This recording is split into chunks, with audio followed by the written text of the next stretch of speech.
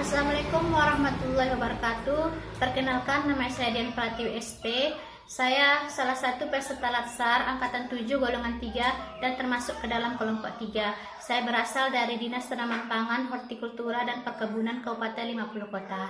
Pada kesempatan ini saya akan menjelaskan tentang agenda 1 pelatihan Latsar tahun 2023, yaitu tentang wawasan kebangsaan dan nilai-nilai bela negara. Wawasan kebangsaan adalah cara pandang bangsa Indonesia terhadap diri dan lingkungannya, kesadaran terhadap sistem nasional yang berlandaskan Pancasila dan Undang-Undang Dasar 1945 untuk terciptanya persatuan dan kesatuan dan menciptakan masyarakat yang sejahtera, adil, dan makmur. Implementasi wawasan kebangsaan Indonesia sendiri salah satunya dalam bentuk penghormatan terhadap lambang-lambang negara Republik Indonesia.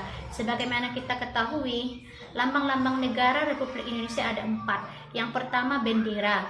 Salah satu penghormatan yang dapat kita lakukan yaitu dengan mengikuti secara hikmat apabila mengikuti upacara bendera saat sangsaka merah putih dikibarkan atau diturunkan. Yang kedua yaitu bahasa. Salah satu penghormatan yang bisa kita lakukan yaitu dengan menggunakan bahasa persatuan bahasa Indonesia dalam upacara-upacara resmi, misalnya yaitu pada saat diskusi kelompok, pada saat pembukaan acara resmi. Hal ini bertujuan untuk persamaan persepsi karena bahasa Indonesia ini adalah terdiri dari keberagaman bahasa. Kemudian yang ketiga yaitu lambang negara. Salah satu penghormatan yang bisa kita lakukan adalah dengan tidak sembarangan menggunakan lambang negara kita pada kehidupan sehari-hari. Yang keempat yaitu lagu kebangsaan. Salah satu penghormatan yang bisa kita lakukan adalah dengan mengikuti secara hikmat atau ikut menyanyikan lagu kebangsaan Indonesia Raya pada saat upacara misalnya, atau mengikuti apel. Kemudian bela negara. Bela negara sendiri adalah suatu tekad tindakan dari warga negara Indonesia untuk menghadapi berbagai ancaman dari luar, baik itu faktor eksternal atau dari luar maupun faktor internal atau dari dalam. Kemudian implementasi nilai-nilai bela negara ini dapat dilakukan dengan ketaatan terhadap peraturan perundang-undangan. Ketaatan terhadap peraturan perundang-undangan ini merupakan salah satu kewajiban seorang aparatur sipil negara atau ASN. Contohnya dengan mempunyai SIM atau surat izin mengemudi, sehingga memudahkan kita untuk bekerja. Kemudian